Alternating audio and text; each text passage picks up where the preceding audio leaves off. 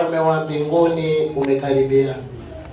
Ndugu wapendwa katika Kristo, katika maadhimisho haya ya Pentekoste mwaka 2026, tunasimama tena mbele ya fumbo kuu la upendo wa Mungu lililofunuliwa kwa kushuka kwa Roho Mtakatifu juu ya mitume. Matendo sura ya 2 mstari wa 1 hadi wa 11. Upendo wa Mungu lililofunuliwa. Tukio hili si kumbukumbu ya historia, bali ni moto hai unaotaka kuwaka upya ndani ya mioyo yetu leo. Ni sauti ya Mungu inayotuita sisi sote, hasa walei, tuamke, tubadilike na tuanze kuishi kwa dhati wito wetu wa Kikristo. Katika mwanga wa maandiko matakatifu, mafundisho ya Mtaguso Mkuu wa Vatican wa Pili na mafundisho ya Papa Leo wa 14, akirejea barua ya kitume ya Baba Mtakatifu Francis ya furaha ya Injili, tunaitwa kuingia katika maisha ya imani yaliyo hai, yanayoshuhudiwa kwa matendo, si kwa maneno pekee. Bwana wetu Yesu Kristo anatutuma kwa msisitizo usio na kificho: hubirini mkisema, ufalme wa mbinguni umekaribia. Mmepata bure, toweni bure. Mathayo 10 mstari wa 7 hadi wa 8. Hili si ombi, bali ni agizo. Mara nyingi si jukumu la wachache, bali ni wito wa kila mbatizwa. Na bado ukweli unauma ni huu: mara nyingi tumenyamaza pale tulipotakiwa kunena, tumeficha imani yetu pale ilipotakiwa kung'aa, na tumeishi kama watu wa dunia hii badala ya kuwa mashahidi wa ufalme wa Mungu. Enendeni mkawafanye mataifa yote kuwa wanafunzi wangu. Mathayo 28 mstari wa 19 hadi 20. Si maneno ya kupita, bali ni utume unaodai uhai wetu wote, kama kanisa linavyofundisha. Walei si watazamaji, bali ni watendaji wakuu wa Injili hapa duniani. Ndio maana tunakumbushwa tusichoke kutenda mema. Galatia mstari wa 6 hadi wa 9. Lakini je, tunachoka kwa sababu gani? Je, si kwa sababu mioyo yetu imepoa? Je, si kwa sababu tumekubali kuishi nusu imani ya Jumapili tu, bila mizizi katika maisha ya kila siku? Pentekoste ya mwaka huu iwe ni sauti ya kuhamisha dhamiri. Hatuwezi kuendelea kuwa Wakristo wamezoea bila mageuzi ya kweli ndani. Habari njema ya ufalme wa Mungu huanza na toba ya kweli. Msifananishwe na dunia hii, bali mgeuze kwa kufanywa upya nia zenu. Rumi 12 mstari wa 2. Uongofu si jambo la hiari, ni sharti la wokovu. Hatuwezi kumfuata Kristo huku tukishikilia dhambi kwa mkono mwingine.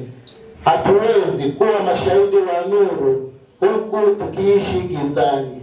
Tukizingatia mafundisho ya Kanisa Katoliki ya dhati, tunakumbushwa kuwa maisha ya Kikristo yanahitaji nidhamu ya kiroho, sala ya kweli, toba ya dhati na mshikamano na sakramenti. Hapo ndipo nguvu ya kubadilika kupatikana. Bila hivyo, imani hubaki tasa isiyozaa matunda. Nabii Hosea anatoa onyo kali lisilopaswa kupuuzwa: watu wangu wanaangamizwa kwa kukosa maarifa. Hosea mstari wa 4 hadi wa 6. Huu ni kweli unaojidhihirisha hata leo.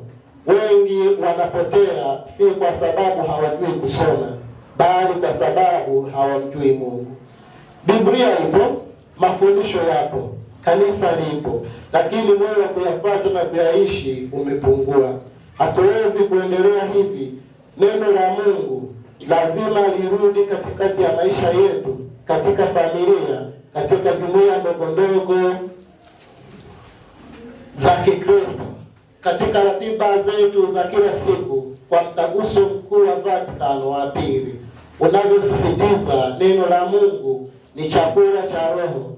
Bila chakula hiki imani hufa polepole. Pentekoste inatukumbusha pia kuwa hatuko peke yetu, wote wakajazwa Roho Mtakatifu. Matendo ya Mitume 2 mstari wa 2 hadi wa 4. Roho Mtakatifu ndiye nguvu ya kanisa, ndiye anayewasha moto wa imani, ndiye anayetoa ujasiri wa kushuhudia pale tulipokuwa na hofu. Lakini swali la kujiuliza ni hili: je, tunamruhusu kweli Roho Mtakatifu atutawale, au bado tunamzuia kwa ukaidi wetu, kwa dhambi zetu na kwa uvuguvugu wetu wa kiroho? Neema ya Bwana wetu Yesu Kristo na pendo la Mungu na ushirika wa Roho Mtakatifu ukae ninyi nyote. Korinto 2 mstari wa 13 hadi 14. Ushirika huu si maneno ya baraka tu, bali ni maisha ya kweli ya kumtegemea Mungu kila siku. Katika mwanga wa kanisa la kisinodi, tunaitwa kutembea pamoja kama watu wa Mungu, tukisikilizana, kushirikiana na kubeba mizigo ya wengine kwa upendo. Hata hivyo, sinodi si mjadala wa maneno matupu, bali ni wito wa toba na mageuzi ya kweli ya moyo, tukiruhusu Roho Mtakatifu atuongoze katika maisha ya imani. Hivyo tunahimizwa kuacha ubinafsi na kujenga umoja unaotokana na Kristo.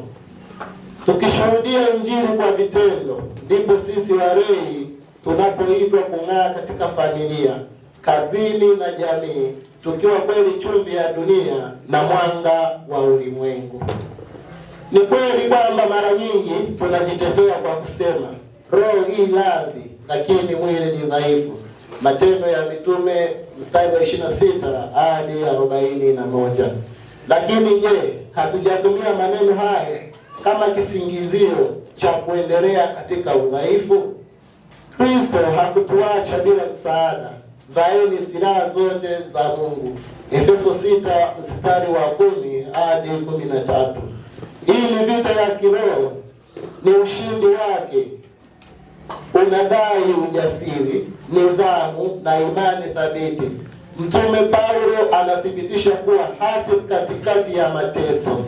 Korinto 2 mstari wa sura ya 11 mstari wa 23 hadi 27. Neema ya Mungu inatosha. Hivyo basi, kukata tamaa si chaguo la Mkristo. Ndugu wapendwa, pengine hali ya imani yetu imefika hapa ilipo kwa sababu sisi wenyewe tumezembea, au tumekuwa waoga, au tumekubali kuishi chini ya kiwango cha wito wetu. Lakini Pentekoste hii ni nafasi ya neema, nafasi ya kurudi, ya kuanza upya, ya kusema kwa unyenyekevu, wewe Bwana uko katikati yetu, usituache. Yoeli 14 mstari wa 9. Mungu hachoki kutuita, lakini je, sisi tuko tayari kuitika? Huu ndio wakati wa kubadilika. Huu ndio wakati wa kuchoma mioyo yetu kwa moto wa Roho Mtakatifu. Huu ndio wakati wa kuacha imani ya juu na kuingia katika undani wa ufuasi wa Kristo. Tusonge mbele bila woga, tukishikilia ahadi yake, mimi nipo pamoja nanyi siku zote hata ukamilifu wa dahari. Mathayo 28 mstari wa 20. Basi kwa sauti moja, kwa moyo uliowaka moto wa imani na kwa maisha yanayoshuhudia, tusimame na kutangaza kwa ujasiri, ufalme wa mbinguni umekaribia. Roho Mtakatifu atujalie neema ya ujasiri, mageuzi ya kweli ya moyo na upendo unaotenda kazi katika maisha ya kila siku. Amina. Ni sisi watumishi wenu, kamati tendaji halmashauri ya walei taifa.